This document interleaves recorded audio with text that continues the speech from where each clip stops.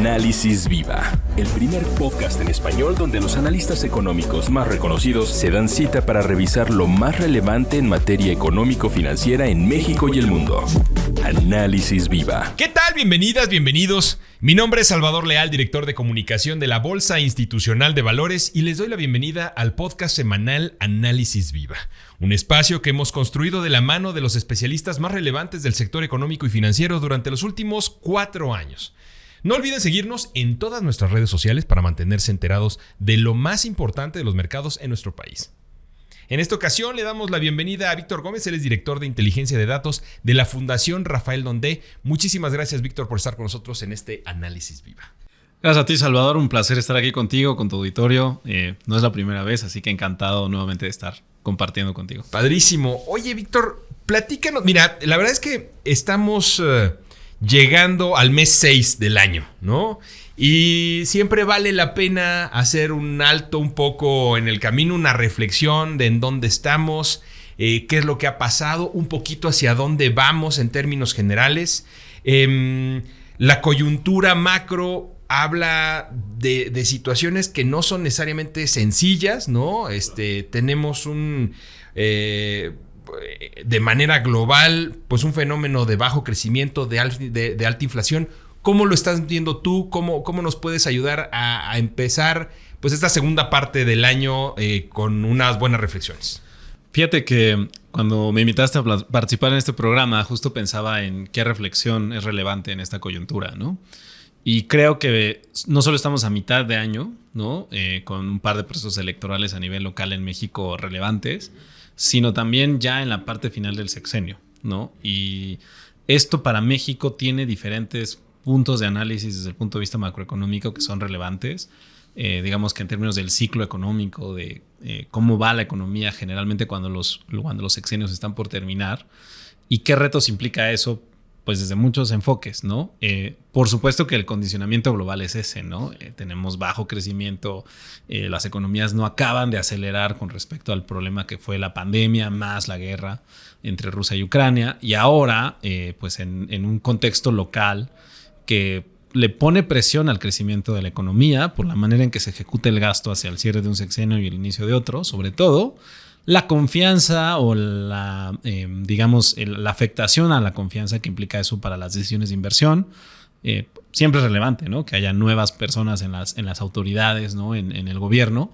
Y cómo eso, pues, limita de alguna manera las herramientas de política económica, ¿no? Sabemos que el Banco de México está subiendo tasas, que parece que llegamos al fin de ciclo y que por el lado de la política fiscal pues hay muchos retos en términos de espacio, ¿no? Se habla mucho del endeudamiento, si hay margen para aumentar la deuda o no, si el presidente López Obrador va a querer salir de su sexenio con un endeudamiento pues relativamente bajo, ¿no? No solo en comparación con otros presidentes antes, sino también a nivel global en el contexto de mercados emergentes. Y creo que eso, ¿qué posibilidades tiene la política fiscal hacia el cierre del sexenio, hacia el cierre del año y hacia la nueva administración? Es un tema fundamental de discusión. Ya.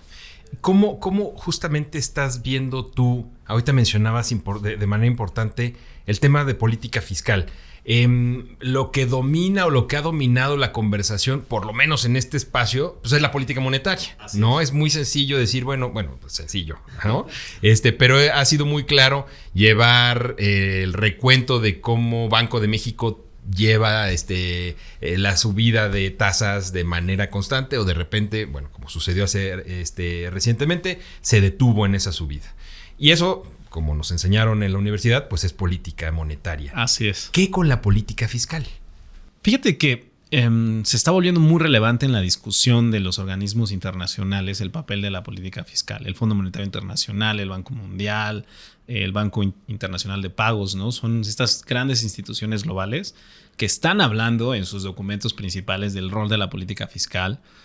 ¿Por qué? Porque el entorno de elevada inflación tiene problemas tanto de oferta como de demanda, y eso hace que las herramientas de los bancos centrales que han dominado la narrativa en los últimos meses, como bien dices, pues no necesariamente permiten desde su ámbito solucionar el problema, ¿no? Y por eso necesitamos empezar a hablar de qué puede hacer la política fiscal en primer lugar para apoyar a la política monetaria en controlar la inflación y en segundo lugar pues para generar un ambiente de cierta certidumbre, de cierta confianza que permita que la recuperación económica también se dé, ¿no? Eso de manera muy general, ¿no? Es la discusión en los organismos internacionales. Y particularmente para México, pues hay un debate necesario que tiene que ver con el proceso de transición hacia un nuevo gobierno, ¿no? Y qué espacio fiscal, qué retos fiscales le va a dejar este gobierno al que venga en un año y meses, ¿no? Ya. Esto que estás diciendo acerca de un espacio ya ocupado por la política monetaria me genera cierto eco de hace algunos meses cuando justo Agustín Carstens decía desde el BIS, ¿no? Que los bancos centrales pues tienen esa herramienta y ya, ¿no?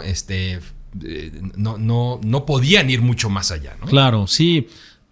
Digamos que la pandemia, ¿no? La pandemia de COVID hace prácticamente 3 años, ¿no? Que inició, y el efecto de la guerra hicieron muy necesaria la actuación de la política monetaria, ¿no? De los bancos centrales por la respuesta tan amplia, tan abundante en términos de señales de confianza que había que mandar, ¿no?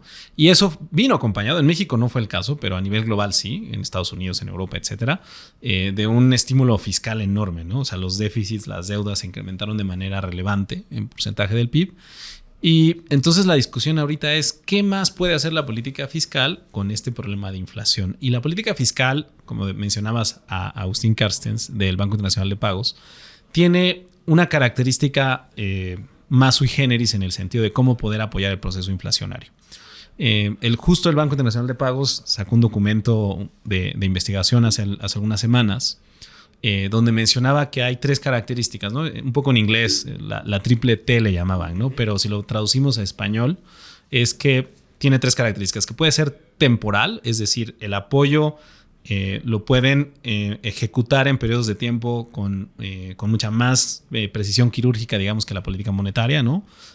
Subir y bajar tasas a veces no es tan fácil, ¿no? En términos de volatilidad. Esa es más específica, o sea, la puedes canalizar a ciertos grupos de la población que lo requieran y además es enfocada, ¿no?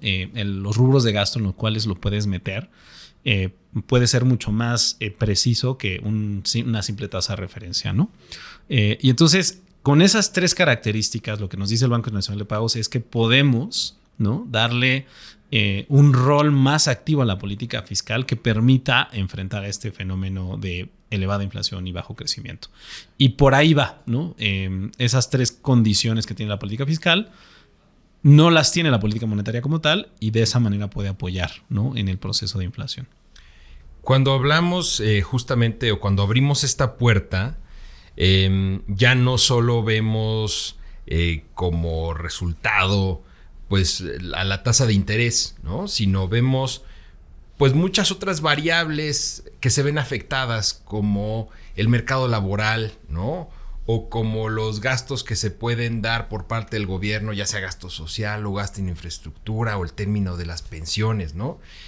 ¿Cuáles ves tú como retos en esta coyuntura por parte de México, en esta coyuntura que se está dando, como bien dices, al final de una administración? Sí, yo te hablaba hace un momento de las recomendaciones de los organismos internacionales de manera general, ¿no? Para los países. Ahora, cuando metemos esa recomendación en el caso mexicano, tenemos que entender justo lo que mencionas, ¿no? Hay una serie de espacios que se han ocupado dentro del contexto fiscal, ¿no? Dentro del espacio que tiene el ámbito de atribuciones que tiene el gobierno, que tienen que ver con los programas sociales, ¿no? Estos programas de pensiones han incrementado mucho su contenido dentro del presupuesto de egresos. El gasto en inversión también ha incrementado, lo cual es positivo en cierto sentido, pero también te roba, digamos, recursos de otras posibilidades, ¿no? Hay que recordar que los proyectos insignia de esta administración tienen que ver con gastos en infraestructura, el Tren Maya, el aeropuerto, etcétera, ¿no? Y ese aumento en inversión implica que se utilicen los recursos para esos fines y no para otros, ¿no? Y el gasto en pensiones, que no es menor. El gasto en pensiones como porcentaje del PIB se ha duplicado prácticamente en los últimos 10 años y se espera que siga creciendo más o menos en la misma proporción en los próximos 10, de acuerdo a las propias proyecciones de la Secretaría de Hacienda. Entonces, cuando tú tienes esas necesidades de gasto, mantener los programas sociales, mantener la ejecución de los proyectos y de infraestructura, atender los retos de pensiones, pues entonces es un poco como tener las manos medio atadas, ¿no? El próximo gobierno, el que entre en septiembre de 2024, pues tendrá que enfrentar esas presiones de gasto que ya existen en la coyuntura mexicana, pero además va a tener que enfrentar otro reto, que es el de desaceleración, ¿no? En los últimos 20 años, el gobierno entrante a nivel federal ha enfrentado desaceleración de al menos 2 puntos porcentuales, ¿no? Con respecto al último año de su predecesor. Entonces, estamos en un entorno de muy bajo crecimiento. Las expectativas del próximo año apuntan alrededor de un 2%, ¿no? Los especialistas del sector privado por ahí lo señalan. Entonces, imagínate, un 2% de desaceleración con respecto a eso implica que la economía mexicana pues va a tener un 2025 muy complicado, ¿no? En ese sentido. Y ahí es la política fiscal, ¿qué tanto les va a poder apoyar con todas estas presiones que está enfrentando? Esa es la discusión que creo que es relevante aquí, ¿no? ¿Cuáles considerarías tú justamente que habrían de ser las métricas a las que uno le tiene que poner el ojo, ¿no? Hacia dónde, ya sabes, en los periódicos o en los análisis, en los reportes que de repente saca Hacienda o Banco de México, en este contexto que platicamos, ¿cuáles son los rubros que dices, mira, esto subió, esto bajó, aquí hay que, ojo, ¿no? Claro, mira, empezando por las pensiones, ¿no? Y no solo el tema de las pensiones tradicionales de los sistemas de seguridad social como el IMSS, el ISSSTE, sino también las pensiones de adultos mayores que han incrementado de manera importante y que han crecido exponencialmente durante ese sexenio, ¿no? Son apoyos que no puedes retirar de la noche a la mañana, ¿no? Y en segundo, para mí está toda la parte de la conducción de la política energética. ¿Por qué? Porque tanto CFE como Pemex tienen necesidades de inversión grandes por la manera en que han ido incrementando su participación en los sectores en los que producen, ¿no? Y esto tiene muchas necesidades de inversión, ¿no? Para CFE es clave, el fenómeno del nearshoring le mete una presión adicional, ¿no? Sí. Hay que invertir en líneas de transmisión, hay que invertir en generación, hay que invertir en muchas cosas. Y en Pemex más o menos lo mismo, y en la parte de producción de petróleo y en la parte de combustibles, ¿no? Entonces, cuando tú ves todas esas necesidades de inversión, ahí hay una presión. Ahora, ¿qué tan rentable son los negocios en los que se meten estas empresas? Bueno, en función de esa rentabilidad van a necesitar apoyo del gobierno, ¿no? Si las actividades en las que emprenden no son tan rentables, pues van a necesitar más apoyo. Y esa necesidad de apoyo es una presión adicional para las finanzas públicas, ¿no? Ahora, a esto habrá que ver si la postura monetaria les ayuda en los próximos 2 años con este nivel de tasas, ¿no? Porque hay que recordar que ellos tienen que pagar deuda, ¿no? Del pasado, ¿no? De los proyectos que ejecutaron en el pasado, y ha sido ya una presión este año, ¿no? Se multiplicó por 5 el costo financiero en los primeros 4 meses del año para CFE. A Pemex le ha ayudado que el peso fortachón ha estado ahí, ¿no? Pero obviamente si esas condiciones de volatilidad del tipo de cambio cambian, pues el efecto de tasas puede ser también pesado para CFE. Lo ha sido para el gobierno federal, que está más o menos invertido en pesos. Y entonces el seguimiento a las empresas productivas del Estado tiene que ir por ahí, ¿no? ¿Qué necesidades de inversiones tienen? ¿Qué tan rentables son con esas necesidades de inversión? ¿Cómo les afecta el costo financiero? Y a eso suman las pensiones, ¿no? Entonces, como que ese ángulo de análisis desde las empresas productivas en el sector energético, para mí es clave y es algo que podemos ver en cierto sentido un cambio en la narrativa para el próximo gobierno. Sí, de acuerdo. Creo que tienes mucha razón. Había estado escuchando en este espacio o hemos platicado mucho acerca de nearshoring, como esta oportunidad, como este empuje, como esta forma, ¿no? de darle a México un nuevo impulso, ¿no? Así es. Pero bien lo mencionas, para ocupar el nearshoring pues se necesita infraestructura y particularmente infraestructura energética para darle espacio a todas las nuevas empresas que van a ir entrando. Entonces es ahí en donde el gobierno puede sentir esa presión de fin de administración con estos requerimientos nuevos de energía, ¿no? Y de inversión que relacionamos con el sector, ¿no? Lo vimos, por ejemplo, en el caso de la planta de Tesla, ¿no? Que fue una discusión en la ubicación. Pues CFE alzó la mano y dijo, oye, pues si te pones de este lado, tengo que desarrollar esta infraestructura. Si te pones acá, tengo que desarrollar esto, ¿no? Claro. Y aunque son recursos que de alguna manera detonan crecimiento, desarrollo, empleo, ¿no? Bueno, pues necesitas recursos para darle el empujón inicial a eso, ¿no? Y esos recursos, por la manera en que se ha configurado el arreglo de la política energética este sexenio, implica gastar más desde el lado público o un poco más desde el lado público, ¿no? Y eso puede ser una ventana de oportunidad, ¿no? Puede que frente a la presión que ejerzan todas estas necesidades, pues haya que abrir un poco más el sector a participación privada, ¿no? Habrá que ver qué decisiones toma desde lo político la nueva administración, pero es un reto en el diseño de la política fiscal que va a estar presente desde el primer paquete económico que se diseñe para el próximo sexenio. Que de hecho se hace ya de manera conjunta, ¿no? Así es. Con las dos administraciones. Sí, en septiembre, tan pronto como septiembre de este año, ya se hace el de 2024, ¿no? Y el de 2024, los primeros 9 meses le corresponden a esta administración y el cierre le corresponde a la siguiente. Ya. Pues bueno, estamos, la verdad, ni siquiera digo que futureando, sino más bien previendo lo que viene en los meses siguientes y te agradecemos mucho que nos hayas puesto justo como este pin, ¿no? En temas fiscales, en temas de lo que se viene para los siguientes 2 años y cómo pudiera, si bien ser un cierre con altos niveles de gasto por parte del gobierno, también algún tipo de no de retroceso, pero de disminución en el ritmo para el inicio de la siguiente, ¿no? Sí, siempre ha sido una razón de atención desde el punto de vista macroeconómico esa desaceleración del gasto y por supuesto que afecta las condiciones de la economía entre un sexenio y otro en términos de crecimiento y obviamente de flujo de bienes y servicios a nivel global.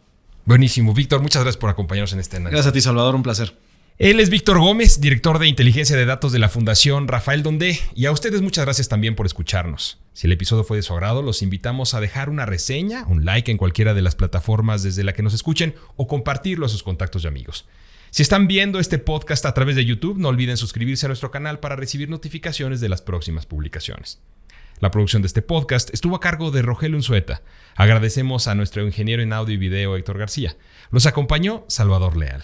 Y esto fue Análisis Viva. Hasta la próxima. La Bolsa Institucional de Valores presentó Análisis Viva. Suscríbete a nuestro podcast y síguenos en todas nuestras redes sociales.